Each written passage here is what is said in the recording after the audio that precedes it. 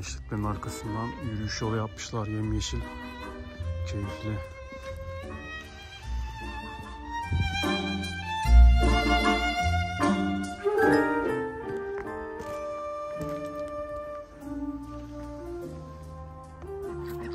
Leş gibiler ya. Ne kadar çok ya. Kaç tane var? 100 tane var mıdır?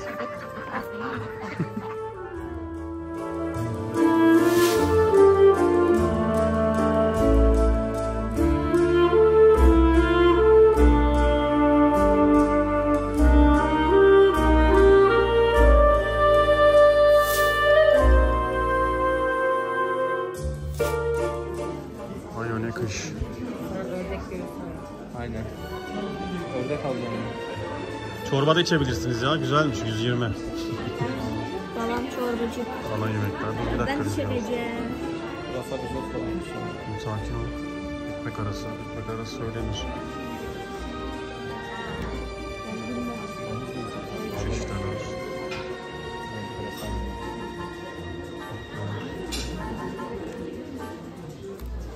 Etrafta şerbeti vardı ya.